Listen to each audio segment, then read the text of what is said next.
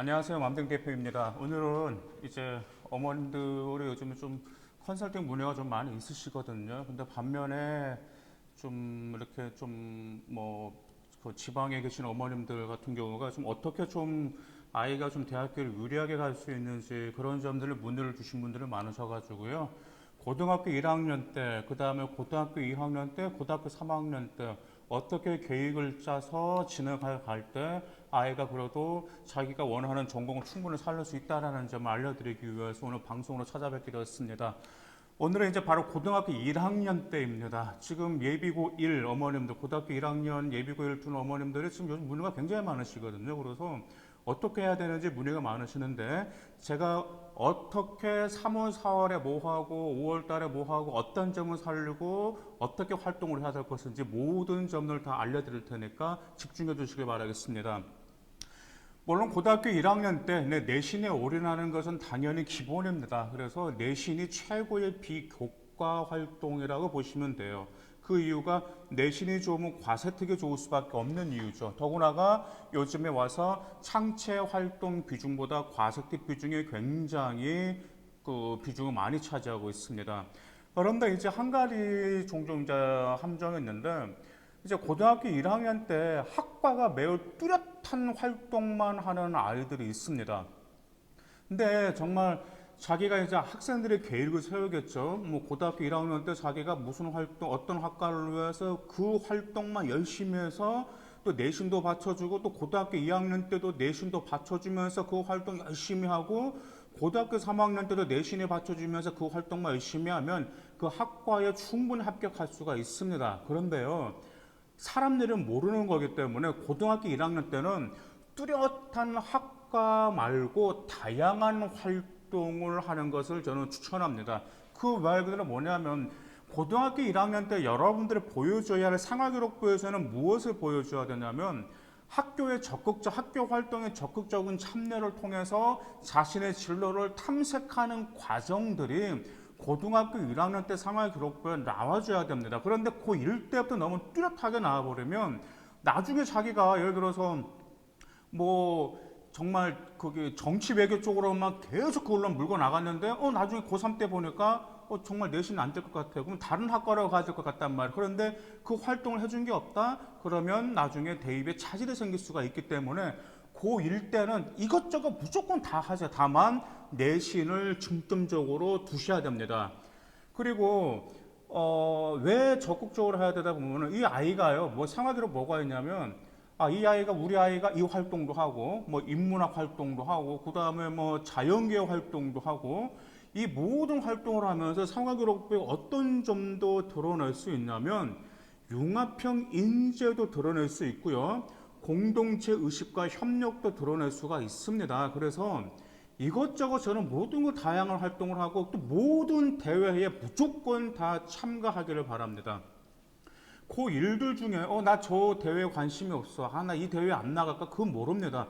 될 수 있으면 고등학교 1학년 때는 모든 대학교의 대회에 다 참여해야 돼요.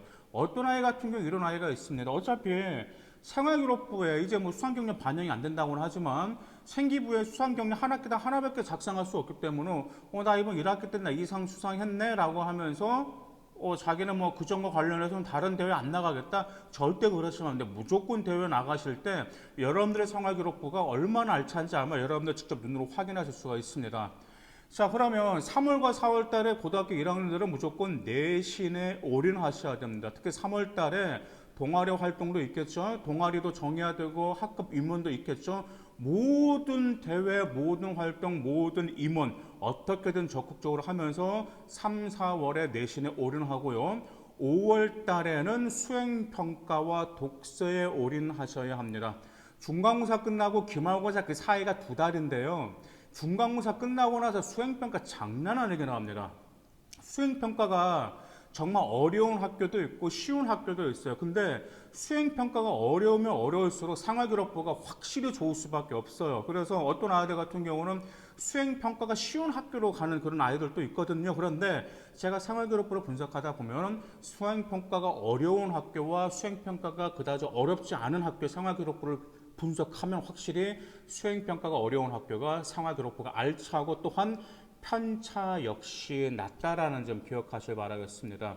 그럼 수행평가를 어떻게 준비해야 되는지는 제가 이 맘띵 영상에 뭐 일반고 4점대 중후반은 이걸로 인솔 한다 수행평가편 일부 수행평가편 올렸거든요. 거기 보시면 수행평가를 어떻게 하시는지 확인할 수가 있습니다. 또한 수행평가제 가장 중요한 게 자기 진로와 연결시켜야 되는데 진로의 어떤 점, 자신의 진로의 어떤 점을 연결시킬 수 있는지 12가지를 제가 거기서 방송을 했기 때문에 꼭 참조하시길 바라겠습니다. 그럼 6월과 7월은 뭐에 올인해야 될까요? 내신에 올인해야 되겠죠? 그러면 8월에는 무엇을 해야 될까요? 여름방학이 다가왔죠. 그렇죠? 그럼 여름방학 때는 자기 1학기 때의 어떤 비교과 활동이라든지 특히 성적을 분석하실 필요가 있고요. 또한 무엇이 들어가야 되냐면 진로 보고서 작업이 들어가야 됩니다. 진로 보고서 학교마다 심화 프로젝트가 있습니다. 어떤 심화 프로젝트 같은 경우는 의무가 아니고 하는 아이들만 해요. 그래서 어떤 반은 한 명도 안 하고요.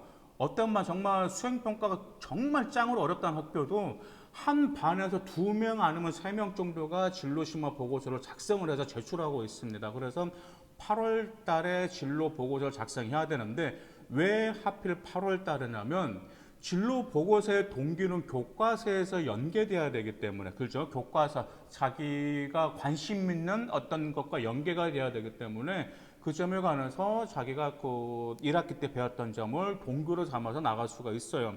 그러면 이렇게 생각할 수 있어요. 아, 분명 선생님이 1학년 때는 어떤 뚜렷한 학과를 정해서 이것저것 막 활동하지 말라고 했는데 진로 보고서 학과를 안 정했는데 어떻게 진로 보고서를 작성하냐. 자, 그 점 말씀드릴게요. 1학기가 지나면 여러분들 성적과 비교과를 분석을 하면은 여러분의 어떤 계열 쪽에 소질이 어떤 계열로 적합하다는 게 나옵니다. 그래서 나는 어떤 계열 아니면 어떤 학부 뭐 공공이자부일지 아니면 어떤 생명공학부일지 그렇게 학부로 정해지게 되죠. 그러면 학부에 관해서 보고서를 들어가면 된다라는 점이에요. 이해 가시죠? 그리고 또한 8월 달에 하실 게 있습니다. 2학기 선행학습을 하실 필요가 있습니다.